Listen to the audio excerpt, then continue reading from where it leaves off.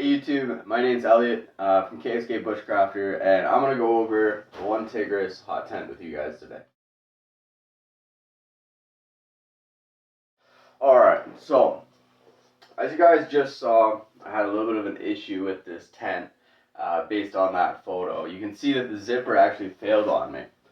I'm actually going to roll a clip right now of that moment when I was severely disappointed by the performance of this tent. Just say the zipper has now broke. It's fallen off the rail. Anyway, I'm a bit frustrated. Both zippers came off. I'm going to try my best to try to bend this back. Oh. Wow. One Tigris, guys. One Tigris. Okay. So, as you saw, what happened is that the zipper on this tent broke. This is actually the seam there, that's the zipper, that's where they go together. So the zippers actually completely fell off, and I have those to show you. Here's the first zipper. So as you can see, that little metal piece there, let's see if it'll want to focus. The top rack there snapped off. Now you saw that from that video, I was not hitting it very hard. I was looking at the zipper. I thought they'd use like a good quality zipper. And on first inspection, I thought, wow, why KK zipper failing me this badly? What's going on? Well, if you look real close, see if we can get that. I'll put a photo up. So yeah, so it's not YKK. It's some random Chinese YNS brand. I don't know what it is. So I think that's a big problem. Now I've gone ahead and I've just done a full sort of, I've got my insight around why this issue occurred. So I went ahead and I wrote it down on my laptop. So I want to just go over that with you. So this situation, I do want to mention, it was potentially life-threatening. If I was further back in the bush than I had been, I would have had to have likely abandoned the tent. I could have stayed in the tent. There was options for me. I could have put tar twine around both of these seams to seal it and then just use the other zipper as the door. There was options, but I can imagine someone less experienced out there in the bush with this tent having the exact same issue. So I'm going to tell you guys why this happened and how to fix it if you do decide to purchase one of these tents, as well as maybe just a mitigation suggestion for you in case you don't have the ability to modify a tent such as this one. Alright, so the issue is that moisture from the tent starts to rise due to heat. And I've actually got this drawing here I want to just show you quickly. So here's my little drawing. So as you can see, what happens is you got the tent, it's working, right? Heat rises, all the snow on the bottom of the tent decides to evaporate and it condenses along the roof of the tent. These dotted lines represent the zipper. What happens then is that due to the condensation forming into larger droplets, it starts to run down into colder air due to gravity. So because the zippers are on the inside of one of the stretched out panels and they have more weight than the actual fabric of the tent, it tends to run down along the zipper. And once it reaches the zipper acts as a drip line. So you can see that being problematic because the ice actually builds up on the zipper, along the zipper tracks. Now, that's an issue for two reasons. First reason is it makes it difficult to open the tent. Second reason is now all the little teeth in between the zipper are filled with ice. This can easily make a zipper pop off its track with minimal effort. So, sure, maybe we could chalk this up to, well, you needed to heat the tent more. I can tell you the tent was heated at the point when this failure occurred. The problem was the last bottom 2 feet, which if you've seen these tents, if you have one, you would know that you need to unzip it fairly low to the ground to be able to actually step out using the top zipper. The bottom zipper at this point was impossible to bring up. It had ice on it about this thick, you know, almost half an inch thick worth of ice built up on that zipper. So that's why this problem occurred. I would consider that a design flaw. In my opinion, I think that this tent could be that tent. It could be the best, but it's not because of that design flaw. And that to me is I find it interesting that nobody during testing came up with that issue. I think it's a very reasonable issue and practical scenario I was in for this tent. I was not outside of the parameters for using this tent at the time. Okay, so for a solution for this tent, I'm not going to return this tent. I really wanted to at the time, but I figure a lot of these cheaper, well, not really cheap, but inexpensive comparatively to the heavy-duty canvas tents, have the issue of the zipper not having any sort of protection from this condensation. So the idea is very simple. What you do is you have the inside of the tent material here. So you go ahead and you sew onto the inside another material of waterproof fabric. You put a seam sealer or seam tape like they have on here over that, and then you run that stitch along one side of the zipper, and then you keep that flap on the inside edge in place with toggles. So it's really not that complicated of an issue to solve. I have a feeling someone must have thought of this at some point. The idea that I haven't seen a tent with this design incorporated is a little absurd to me. I can't imagine it. When I had the problem, it was the first thing I thought. Wow, why doesn't this have that? So anyway, guys, that's personally my experience with this tent. There's other people that might say, well, it's been fine, you know, I go for 2-3 days and it was fine. Now, mind you, this was on the 4th day of continued use of this tent, heating and cooling, heating and cooling, heating and cooling. The ice buildup did start to occur on the 2nd day, but it wasn't to the point where the derailing actually happened.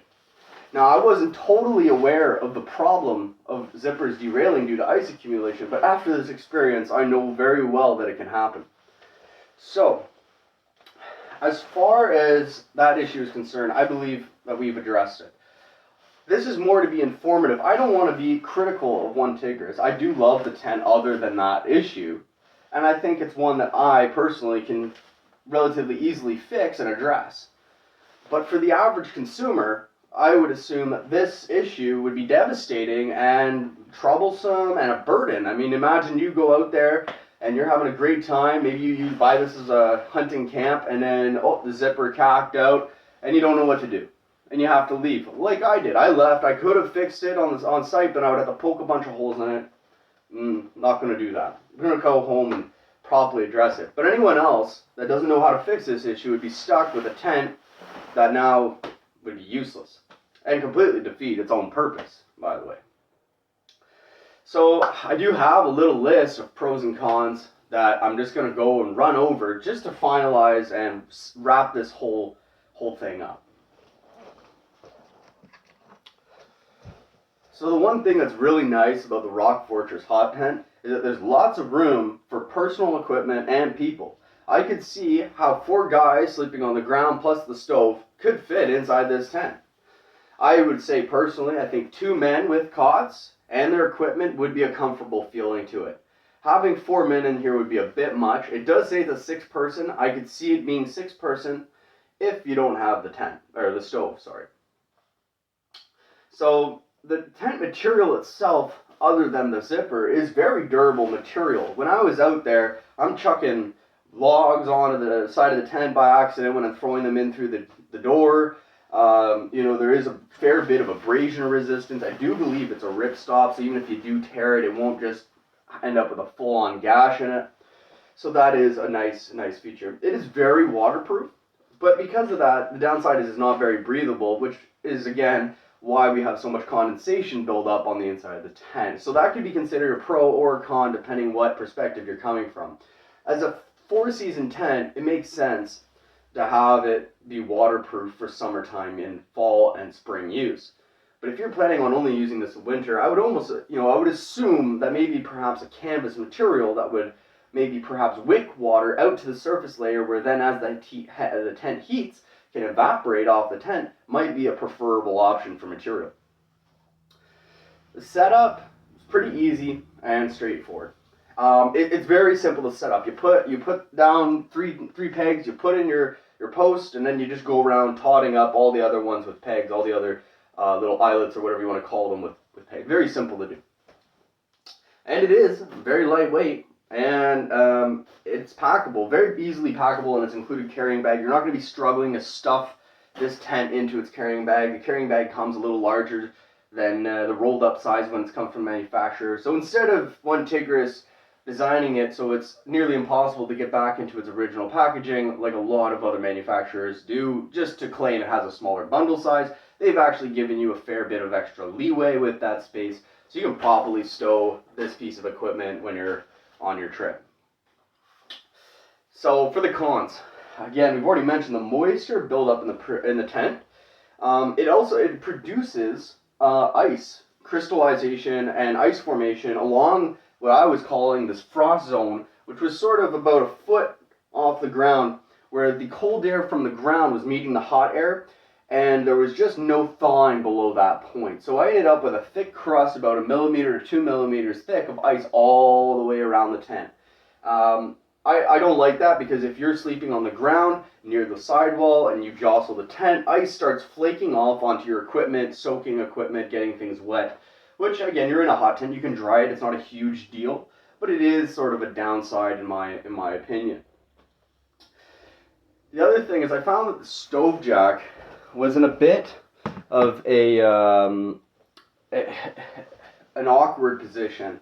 It's very close to the pole, which a lot of people likely like, because then all that stuff that's in the way is in the center, so it's all isolated in one section.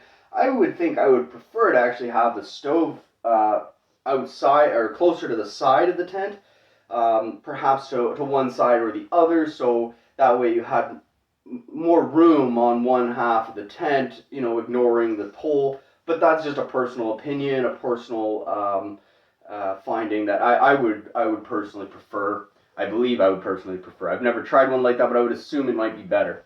So a couple additional things I think that this tent could really benefit from is a vinyl windows of some sort on the actual zipper part. If you were to put a vinyl window there, you could inspect the outside conditions very quickly and easily. Instead of having to unzip, poke your head out, look around, you could just look out the vinyl window and be able to do it that way. So for the vinyl window, you would probably want something to cover it over, so that way you could close it up, whether that's internally or externally. You'd want some sort of cover. It would also increase the amount of daylight that's able to get into the tent, making the tent feel brighter and more warm in general. Another thing I wouldn't mind seeing would be more like tie-on points inside the actual tent, so that way you could put things up, like let's say you wanted to put a Mylar blanket, you could actually fasten a Mylar blanket on the inside of the tent using the grommets on your blanket, something like that to help reflect the heat back to you. That would be a nice little touch. So in conclusion, I think that this tent sort of misses the mark of a proper four-season tent, especially a hot tent. The zipper issue makes me think it's more of a three-season tent or a very mild winter tent where there isn't a lot of moisture, there isn't a lot of snow, because of that design flaw. Overall, I think it's an okay product. I think that it can do the trick, it can do it. It's just, I think it also can be potentially very dangerous to individuals that are far back in the bush, relying on this tent as a source of heat, especially for those unexperienced people that might not bring with them a proper winter sleeping bag. Some people, I can see buy a tent like this and the stove, so that way they can avoid purchasing a mummy bag that's rated to like R5 or something along those lines. So I can see that being an issue where this snaps and you've got a guy that maybe it's his first time out there, he's back in the bush 30 kilometers and it's night or approaching night. Luckily mine happened in the morning. I had enough time to book it out of there and get back to the road so I could get in my truck right before it got dark. But I can imagine if this had happened to me at night, I would have been in a real crappy situation. I would be poking holes in it and trying to find a way to close that up so I could stay there the night. Now, not that I required it, but it's also that because of the wind coming through, it really cools it down. Half the point of having a tent, even a mountaineering tent, isn't to really keep you warm. It's to keep the wind off you so that doesn't wick your body heat away. So again, it can be very dangerous if you don't have a proper winter sleeping bag, you don't have backup options, and you're back in the bush as night approaches, and let's say the temperature's going down to minus 20, 25, as was in my case. That could be a potentially very dangerous and deadly situation. So I think that about wraps it up. I hope you guys enjoyed this review and overlook of the One Tigris hot tent. I will be filming my modifications as they happen to this tent, and I will post those on post a video on my channel. So if you are interested in seeing that video, please feel free to subscribe. If you enjoyed this review, please leave a like, maybe a comment, and let me know what you think. Until next time, you guys take care and have fun.